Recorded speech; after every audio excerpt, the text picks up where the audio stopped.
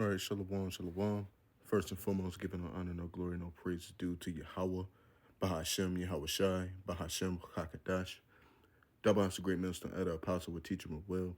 Peace, salutation to the hopeful elect that scatter abroad, that like the other nations, shalom, shalom.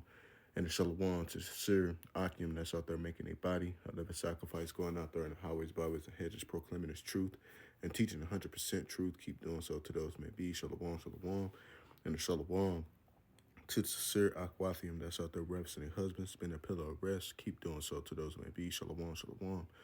Yahweh, as being the Heavenly Father, which the word ignorantly calls him God, which his name means in the ancient Paleo Hebrew. He is to exist. Bahashem, meaning in the name of Yahweh Shai, being only begotten Son of the Heavenly Father, which the word ignorantly calls him Jesus the Christ, which his name means in the ancient Paleo, that he is to save or he is to deliver. Who's he coming back to deliver and to save? The children of Israel only. And the Rakakadash being the Holy Spirit or Spirit Holy. All right. This is Brother Karatazar from the St. Louis GMS camp. Come back at it again with another video. And basically, today's video is basically going over the video that I had done.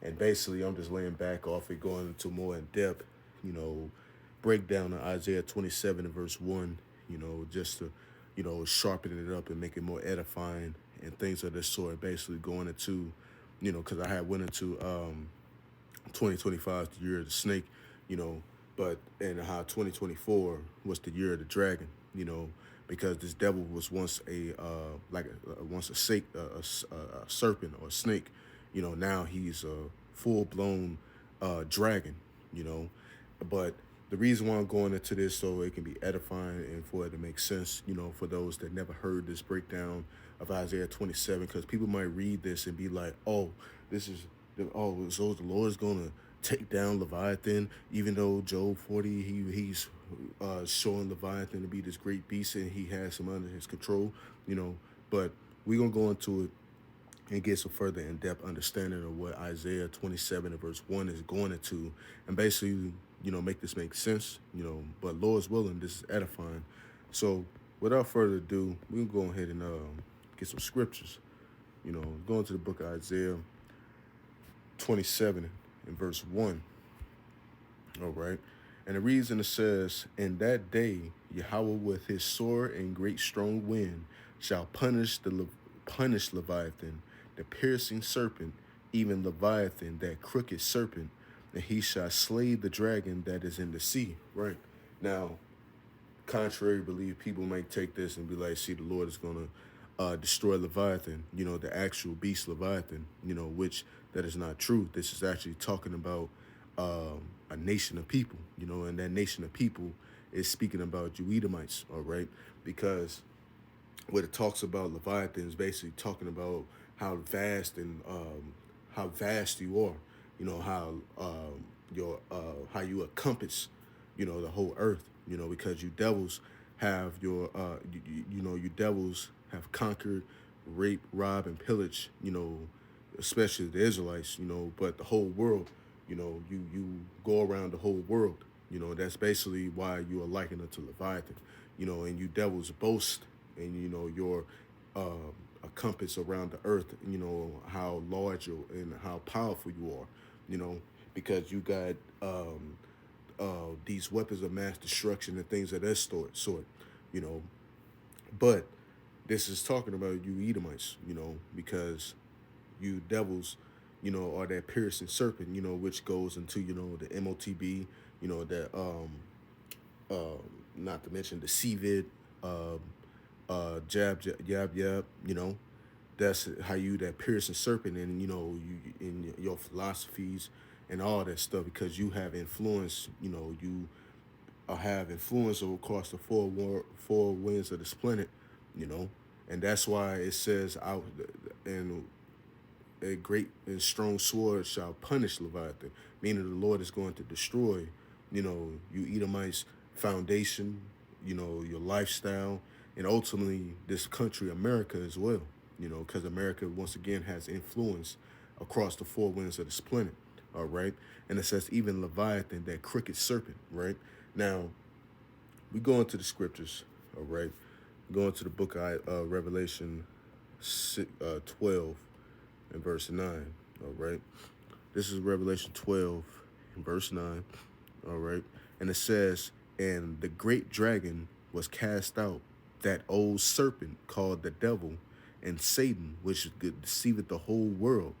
He was cast out into the earth, and his angels were cast out with him. Right. And this is talking about you Edomites, all right? Because that great dragon, which was that old serpent going all the way back to the Garden of Eden, you was once a serpent, and now you this great dragon now, because you go into 17, you know, it says, and there came one of the seven angels with the seven vials, and he talked with me, saying, come hither, and I will shew unto thee the judgment of the great horde that sitteth upon many waters. Right. Now, when you go back to that Isaiah 27, all right, Isaiah 27, it says, in that day Yahweh with his sword and great and strong sword shall punish Leviathan, the piercing serpent, even the Leviathan, that crooked serpent. He shall slay the dragon that is in the sea. Right. And that word in that sea right there, when you go into Revelation 17, all right, it tells you in verse, I think it's, um, verse 15. So I'm going to read a little bit on this in verse 2. And it says, with whom the kings of the earth have committed fornication, and the inhabitants of the earth have been made drunk with the wine of her fornication. The wine is the philosophies of this place. You different nations, you heathen nations had taken on the customs of Esau, Edom. All right. And it reads, and it says, so he carried me in the spirit into the wilderness, and I saw a woman sit upon a scarlet colored beast full of names of blasphemy, having 7 heads and 10 horns. Right. And this is that same great dragon. All right. That same beast, going into the Daniel the 7th chapter. All right. Which is likened unto the Roman Empire. All right. Which the seven basically go into different kingdoms. Bear with me real quick, Salakia.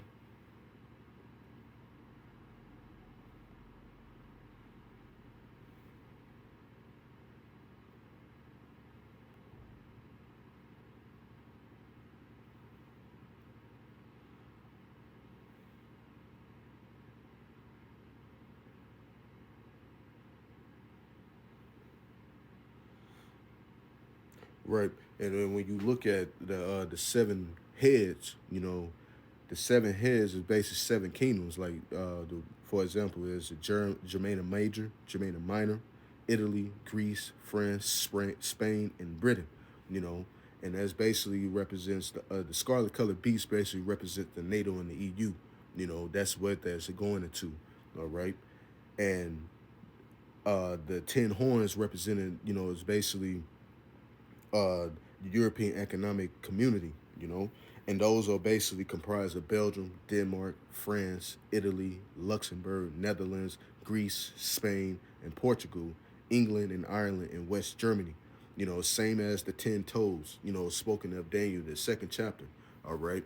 So this scarlet colored beast is you Edomites, representing the NATO, the EU, and basically that vast dragon, going back to Isaiah 27, likened unto Leviathan, because you have this vast power, but the Lord is going to destroy this Leviathan, which is representing you Edomites, all right? Because just like back in Egypt, the Pharaoh, they was likened unto a Leviathan as well, and the Lord ended up taking them out of power as well, all right? So continue on in verse 4, and it says, and a woman was arrayed in purple and scarlet color and decked with gold and precious stones and pearls, having a golden cup in her hand, full of abominations and filthiness of her fornication. And that's basically going into the different things you had stolen from the Israelites, stolen from these different nations, because you decked with these precious things, And it says in verse 5, and upon her forehead was a name written, Mystery Babylon, the great mother of harlots and abominations of the earth. And that's like going into the number, translates to the number 666. And I saw the woman drunken with the blood of the saints and the blood of the martyrs of Yahushai. And when I saw her, I wondered with great admiration. All right. So when you go down to verse 13, all right, it says, "These have one mind and shall give their power and strength unto the beast." And basically what it talks about, their one mind, they are in league with one another. All right. So Salakia. And basically, the EU and the EU and EU nations are in agreement with one another. So that's basically what that is going to. So they have one mind to support the NATO. They're having that one mind. All right. In verse 14, these shall make war with the Lamb, going into the book of Second Esdras, the 13th chapter, Revelation 19, where it talks about the war in heaven. All right. And the Lamb shall overcome them, for he is Lord of lords and King of kings, and they that are with him are called and chosen and faithful. And he saith unto me, the waters which thou sawest, where the horse sitteth, are peoples, multitudes, nations, and tongues. Now going back into this Revelation, Isaiah 27, verse 1, when it says, he shall slay the dragon that is in the sea, basically, how, how his compass is, So that's it on that. But the point is, this Leviathan is talking about you Edomites, and this is the fourth kingdom, basically the reincarnations of the Roman Empire. All right. So now when it says even Leviathan, that crooked serpent, now you Edomites are crooked by nature, you are wicked by nature. All right. So now going to the book of Habakkuk, chapter 2 and verse 4. I'm going to start at verse 4, and it says, "Behold, his soul which is lifted up is not upright in him, but the just shall live by his faith." Now, who is this individual whose soul which is lifted up is not upright in him? It's you Edomites, all right? You are the border of wickedness, all right? But the just shall live by his faith, and that's speaking about the Israelites, the elect of Israel. In verse 5, yea, also because he transgressed by wine, he is a proud man, neither keepeth at home, who enlarges his desire as hell, and it is as death. They cannot be satisfied, but gather unto him all nations, and heap unto him all people. Going into, once again, Revelation 17 and 15, where it says, the waters which thou sawest where the horse sitteth are peoples, multitudes, and nations and tongues. So that's why it says he gather unto him all nations, heap it unto him all people. All right. So that's basically, going into that crooked serpent, and then you go into Malachi 1 and verse 4. All right. And the reason it says, I'm going to start at verse 1. "And the burden of the word of Yahweh to Israel by Malachi, I have loved you, saith Yahweh. Yet ye say, wherein hast thou loved us? Was not Esau Jacob's brother, saith Yahweh? Yet I loved Jacob, and I hated Esau, and laid his bounties and his heritage waste for the dragons of the wilderness, whereas Edom saith, we are impoverished, but we will return and build in the desolate places.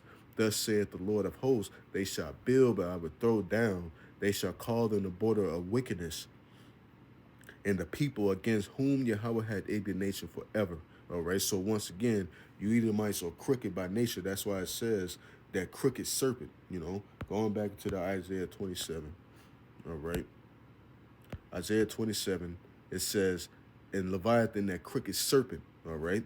The Edomites are crooked by nature. You can never be straight in righteousness. All right. So now let's go into the book of Revelation 20. All right. Revelation 20. Revelation 20, 1 through 8. And it says, "And I saw an angel." So I can bear with me.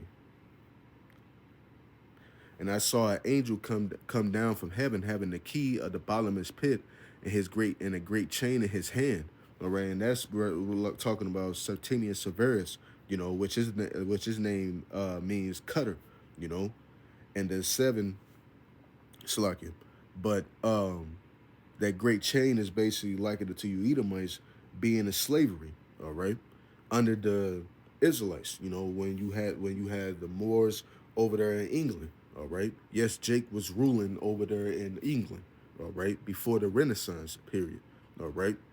In verse 2, he had laid hold on the dragon, that old serpent, which is the devil and Satan, and bound him 1,000 years. All right. And basically, the Israelites had the Edomites in slavery for a bit. All right. Because you Edomites was still in a caveman like state. Going to the book of Job 30. All right. When the Lord said, upon thy belly thou should go, going into the book of Job 30 and verse 1, but now they that are younger than I have me in derision, whose fathers I would have disdained to have set the dogs of my flock. Meaning you Edomites can't even be trusted next to dogs because you like to you like to do bestiality, man. Yea, whereunto might the strength of their hands profit me, in whom old age was perished. For want and famine they were solitary, fleeing into the wilderness in the former time, desolate and waste, who cut up mallows by the bushes and juniper roots for their meat. They were driven forth from among men. They cried after them, at them as after a thief, because hey, you Edomites are like a vagabond. You are like what's the word? It's vagabond and fugitive, right? It says to dwell in the cliffs of the rocks, to dwell in the cliffs of the valleys, in the caves of the earth. You know, you Edomites are those cavemen. You know, those Neanderthals. In the rocks, among the bushes, they braid, meaning you grunting. You know, like how you Edomites be, how the cavemen be, ooga ooga. You know, hitting each other with clubs and shit. You know, y'all was eating each other up in those caves, man. Under the nettles, they were gathered together. They were children of fools, yea, children of base men. They were violent than the earth. All right, and the word violent means below. You just dirty. All right. So going back to this. All right. We left off in verse 2, and it says, and laid hold on the dragon, that old serpent, once again, to go that old serpent, which is the devil and Satan, and bound him 1,000 years.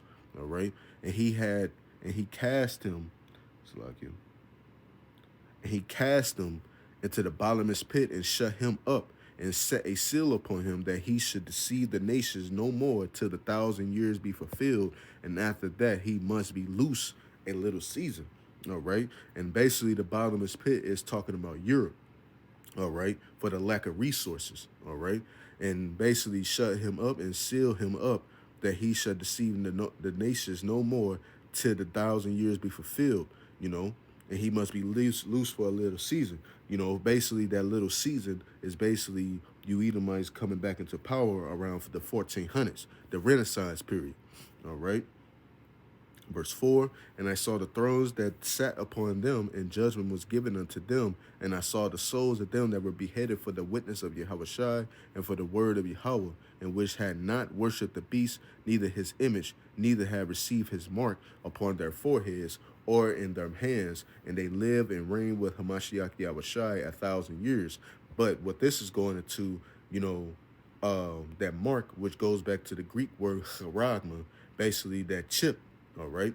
You know, the men of the Lord is not going to bow down to the image of the beast and be susceptible to that sihib, you know, to the charagma. All right.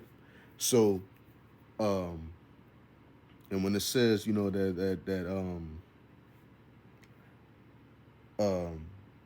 probably already said it already, Salakia. But that's it on that. Verse 5. And it says, but the rest of the dead live not until the 1,000 years were finished. This is the first resurrection, all right? And that basically 1,000 years of slavery, you know, and the heathen nations as well. And basically, you Edomites are going to be destroyed out of the face of the earth as well, man. All right? And basically, y'all will be tributaries to the Israelites, all right? And basically, the first resurrection, you know, Israel being saved, you know, the 1/3 and the 2/3, the 1/3 being the first fruits, and the 2/3 coming back through the 1/3. All right. So that's it on that. Verse 6, and it says, blessed and holy is he that had part in the first resurrection. On such the second death had no power, that second death going into the thermonuclear destruction. But they shall be priests of Yahweh and of Hamashiach Yahushua, and shall reign with him 1,000 years. All right.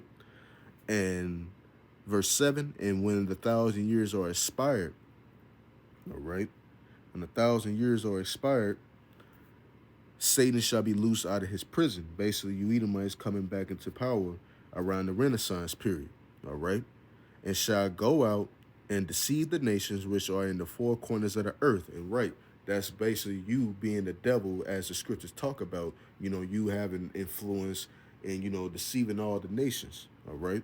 And that's basically what that's going into. And it says, Gog and Magog to gather them together, Salakia, Gog and Magog to gather them together to battle, the number of whom is the sand of the sea. And that Gog and Magog is basically talking about Russia. And Magog all means from Gog, all right? So that's it on that. Now, let's get the book of, we already read Revelation 17, but in going to that, basically, that old serpent. Now, let's go into the book of Psalms 74, all right, where Leviathan is mentioned again. Psalm 74 in verse 13. It says, Thou didst divide the sea by thy strength. Thou breakest the head of dragons in the waters. And these dragons around this time is talking about the Egyptians, all right? When we was crossing through the Red Sea, did not the Lord destroy the Egyptians with the plagues, Yeah, they was likened it to dragons as well. But you can apply this to the modern day Egyptians, the modern day Pharaoh, which is who? The Edomites, all right? Verse 14, Thou breakest the heads of Leviathan in pieces and gavest them to be meat to the people inhabited in the wilderness, right? So I remember a guy tried to go into this and basically he broke it down wrong, basically saying we was eating Leviathan, which that is pure horse shit, all right? When it talks about breakest the heads of Leviathan, it's talking about the Lord taking down the Egyptians, all right? And basically what it talks about gave us him to be meat to the people inhabiting in the wilderness. Basically, we spoiled the Egyptians, all right? We took their goods, all right? We didn't eat Leviathan. We didn't eat the actual Leviathan, all right? Meaning we spoiled the Egyptians, all right? So, Lord's willing, this is edifying. Like I said, I just, through the Spirit, I just wanted to go back into that Isaiah 27 and verse 1 and break it down properly. And Lord's willing is broken down properly, and those that's watching be well edified and well fed. So, give it all honor and no glory, no praises due to Yahweh, Bahashem, Yahweh Shai, Bahashem, Wakakadash. Till next time, till next video, Shalom.